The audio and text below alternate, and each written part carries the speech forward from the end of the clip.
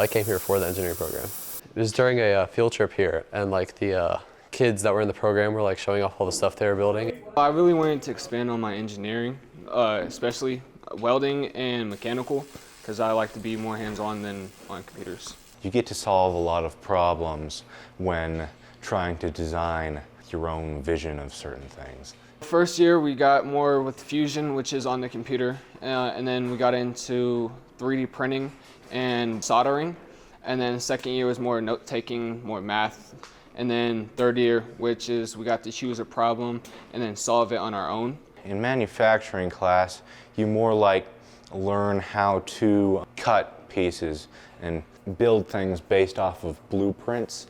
In engineering class, you learn how to design things and design them to make them work for a specific purpose. Me and my team, we were big into cars, so we wanted to make a Bluetooth muffler so like you can flip on a switch and make it louder or quieter.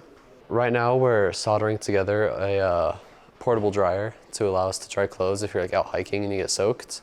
So it's allowing me to figure out more with circuits and electronics in general. We're building a table.